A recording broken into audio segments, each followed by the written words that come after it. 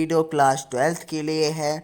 यदि आप class 12th में हैं, आप कमज़ोर छात्र हैं, तो आज नहीं अभी इस चैनल को सब्सक्राइब करो, क्योंकि आपकी प्रॉब्लम हमारी प्रॉब्लम है। आज से लेकर बोर्ड एग्ज़ाम तक हर तरह के इम्पोर्टेंट टॉपिक, इम्पोर्टेंट थ्योरी और हर सब्जेक्ट की वीडियो हेलो फ्रेंड्स, आज की वीडियो क्लास 12th फिजिक्स की है। जैसा कि आप जानते हैं कि आज हमारा पार्ट 5 चल रहा है, जिसमें कि बोर्ड एग्ज़ाम की दृष्टि से हम इम्पोर्टेंट एक डेरिवेशन लेके आए हैं, जो बोर्ड परीक्षा में इस प्रकार पूछा जाता है। किसी विद्युत दुर्ध्रुव की अक्षय स्थिति में किसी बिंदु पर विद्युत क्षेत्र की तीव्रता का व्यंजक ज्ञात कीजिए। हमें पता है कि ये अक्षय स्थिति में पूछा जाता है, तो अक्षय स्थिति और निरक्षय स्थिति हमें पता होना चाहिए कि अक्षय स्थिति किस तरफ होती है और निरक्षय स्थिति किस तरफ होती है। इस तरफ जो होगी वो अक्षय स्थिति होगी, अक्षय स्थिति, और जो हमारी ऊपर की तरफ होती है वो हमारी निरक्षय स्थिति होना चाहिए। तो इसमें हमें इस क्वेश्चन में हम लेके आए हैं अक्षय स्थिति वाली। तो अक्षय स्थिति हमारी है ये वाली। तो हमें सिर्फ चित्र पे ध्यान देना है। चित्र पे मैंने थ्योरी लिख रखी है, जिससे कि आपका टाइम ज़्यादा वेस्ट ना हो। जैसे कि पता है, माना हमारे पास एक विद्युत दुर्ध्रुव जिसका नाम ए व बी है और जिनके बीच की दूरी 2L है, जो -q और +q कूलम्ब से मिलकर बना है। विद्युत दुर्ध्रुव के मध्य बिंदु O से अक्षय स्थिति में बिंदु P तक की दूरी r है। तब हमें P बिंदु पर विद्युत क्षेत्र की तीव्रता ज्ञात करनी है। मैंने ये थ्योरी लिख रही थी जिससे कि आपको परेशानी ना हो, इसलिए मैं आपके सामने चित्र बनाता हूँ। इसमें इस थ्योरी के अनुसार बस हमें चित्र याद होना चाहिए, उसी के बेस पे हम थ्योरी लिख देते हैं। जैसे कि क्या लिखा है, माना हमारे पास एक विद्युत दुर्ध्रुव जिसका नाम ए व बी है। तो हमारे पास एक विद्युत दुर्ध्रुव है, ये हमने विद्युत दुर्ध्रुव ले लिया, ये ए है या बी है। फिर उसके बाद लिखा है हमने जिनके बीच की दूरी कितनी है, 2L है। तो इन दोनों की जो बीच की दूरी है वो 2L है, जो -q कूलम्ब और +q कूलम्ब से मिलकर बना है। -q ये है, -q ये है, +q कूलम्ब से मिलकर बना है। उसके बाद देखेंगे क्या लिखा है, विद्युत दुर्ध्रुव के मध्य बिंदु O से, ये हमारा मध्य बिंदु हुआ, विद्युत दुर्ध्रुव के मध्य बिंदु O से इसने कहा अक्षय स्थिति में। तो हमें याद रखना है कि जिस क्वेश्चन में जो निरक्षय स्थिति पूछे तो निरक्षय स्थिति में बनाना है, अक्षय स्थिति में पूछे तो अक्षय स्थिति में बनाना है। तो अक्षय स्थिति मतलब इस तरफ पूछा है, तो अक्षय स्थिति में बिंदु P तक की दूरी r है। मतलब कि एक अक्षय स्थिति में इस तरफ हुई, तो हमने एक बिंदु यहाँ पे मान लिया P बिंदु मान लिया यहाँ पे, उसकी दूरी यहाँ से लेके r दूरी P बिंदु तक है। तब हमें P बिंदु पे हमें विद्युत क्षेत्र की तीव्रता ज्ञात करनी है। तो हम यहाँ पे विद्युत क्षेत्र की तीव्रता ज्ञात करेंगे। यहाँ पे हमने E मान लिया, E वेक्टर, और ये हमने प्लस की तरफ मान लिया, और E2 हमने माइनस, क्योंकि माइनस अपनी तरफ खींचता है और प्लस हमारी तरफ से जाता है। तो हमने इस तरफ का तीर का निशान बना दिया जिससे कि पता चल सके। उसके बाद हम क्या लिखेंगे, +q के कारण बिंदु P पर विद्युत क्षेत्र की तीव्रता ज्ञात करनी है। +q मतलब कि ये, इसके कारण हमें बिंदु P पर यहाँ तक की विद्युत क्षेत्र की तीव्रता ज्ञात करनी है। तो हम इधर निकाल लें, प्लस तरफ है तो ये इस तरफ है, तो हमें क्या लेना है, E1 लेना है। तो पहले हम E1 बराबर 1/4 पाई एप्सिलॉन 0 के, हमें पता है +q है तो हमें हम +q लेंगे, और यहाँ पे लिखा है B, मतलब कि अक्षय स्थिति में पूछा है ना, तो यहाँ से लेके P की दूरी इसने कहा है, बिंदु P तक की विद्युत क्षेत्र की दूरी BP लेंगे, BP स्क्वायर, क्योंकि त्रिज्या क्या है r, तो नीचे स्क्वायर लेंगे r स्क्वायर। अब हमें पता E1 बराबर 1/4 पाई एप्सिलॉन 0 के, क्यों तो ऐसे रहने देंगे। BP का मान क्या रखेंगे, BP का मान पूरी इतनी दूरी कितनी है, r।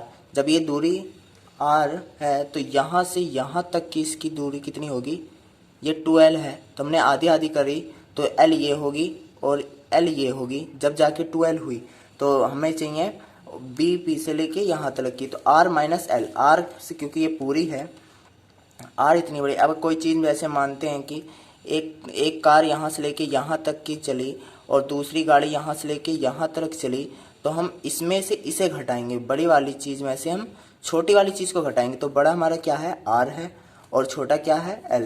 तो यहाँ क्या रखेंगे हम, बी पी की दूरी क्या है, R माइनस एल का स्क्वायर।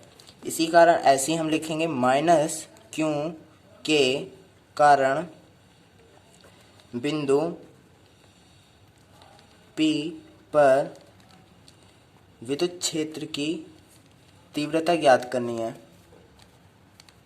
तीव्रता। तो इस बार हम काय के ले रहे हैं, माइनस क्यू पे ले रहे हैं, तो माइनस क्यू का क्या था, E2 था, तो इस बार हम E2 लिखेंगे। तो E2 बराबर, हमें फॉर्मूला तो पता ही है, 4πε0 के क्यू। अब आर स्क्वायर की जगह क्या लिखेंगे, हमारे पास क्या है, ए से लेके पी तक, तो ए पी लिखेंगे क्योंकि ए पी की निकाल लें, तो ए पी स्क्वायर। तो उसके बाद लिखेंगे हम E2 बराबर 1/4πε0 के क्यू। ए पी की दूरी क्या है, हमें पता है ए पी की दूरी क्या है, आर भी है और प्लस एल। तो हमारे क्या हुआ, इस बार हमें जोड़ना है क्योंकि ये यहाँ से लेके यहाँ तक की दूरी ली जा रही है, तो इसमें आर भी शामिल हो रहा है और एल भी शामिल हो रहा है। तो क्या बन जाएगा हमारे पास, यहाँ हम क्या लिखेंगे, आर प्लस एल का होल स्क्वायर। अब हमने E2 का भी मान निकाल दिया। उसके बाद हम क्या करेंगे, P पर परिणामी तीव्रता निकालनी है। तो बिंदु P पर हम निकालेंगे, तो फॉर्मूला हम क्या बनेगा, एक बार आपको चित्र दिखाना चाहूँगा मैं। इसमें यहाँ बिंदु P पर निकालने है, तो बिंदु P मतलब कि E पे निकालनी है, तो हमें क्या करना है, E1 माइनस E1 निकालनी है। तो हमारा फॉर्मूला क्या बनता है, E बराबर निकालनी है E1 माइनस E2। अब यहाँ पे इसकी वैल्यू पुट करेंगे, हमारे पास E1 की वैल्यू क्या थी, 1/4πε0 के और क्यू बटे R माइनस एल का होल स्क्वायर, माइनस E2 की वैल्यू की जैसे आप ऊपर ही देख रहे हैं, 1/4πε0 के क्यू बटे R प्लस एल का होल स्क्वायर।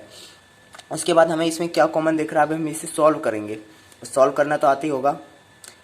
सॉल्व करेंगे तो इसमें हमें क्या दिख रहा है, कॉमन, हमें कॉमन क्या दिख रहा है, 1/4πε0 के हमें कॉमन दिख रहा है, और क्यों भी हमें दोनों तरफ कॉमन दिख रहा है, तो हमने क्यों भी बाहर ले लिया।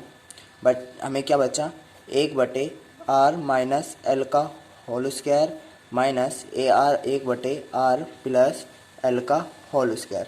हमारे पास के बाद सॉल्व करेंगे, हमारे पास क्या बचा है, क्यों बटे 4πε0 के, इसका एलसीएम लेंगे, एलसीएम आएगा R माइनस एल का स्क्वायर, क्योंकि सेम है तो हम इसे बिल्कुल सेम ऐसे ही उतारेंगे। एलसीएम तो पता ही होगा कैसे लिया जाता है, 12th क्लास में इतने तो होशियार बालक सभी होंगे।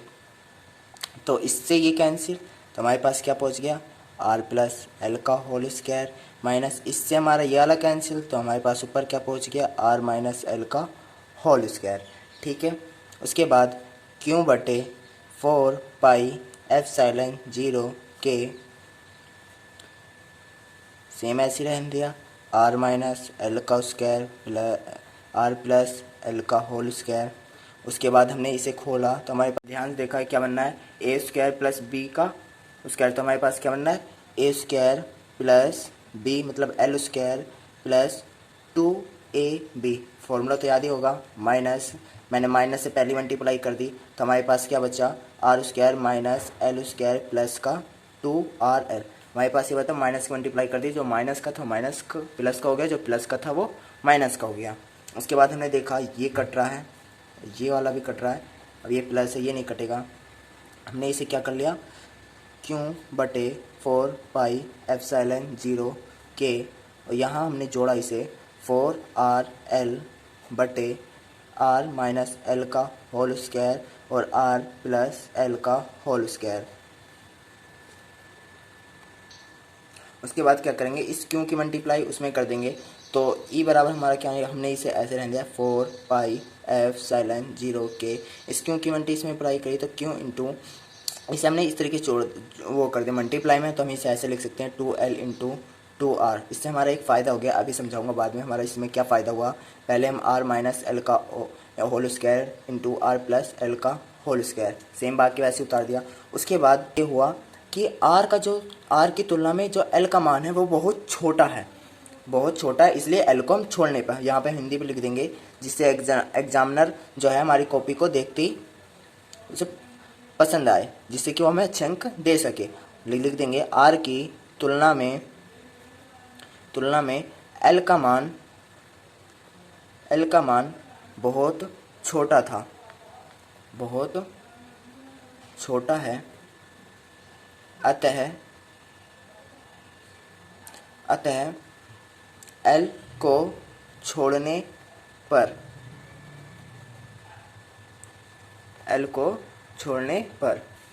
तब हम L का मान छोड़ेंगे तो हमारे पास क्या बचेगा, E बराबर 1/4 पाई एप्सिलॉन 0 के, यहाँ पे क्या था Q इंटू 2R बटे R स्क्वायर, यहाँ पे क्या था 2L भी था, तो यहाँ पे R square into R square, क्योंकि R की त्रिज्या में यहाँ पर L का मान हमने छोड़ दिया। हमें पता है एक फॉर्मूला होता है P बराबर Q इंटू 2L, ये हमारा फॉर्मूला था, तो इस फॉर्मूले का यूज़ हम करेंगे।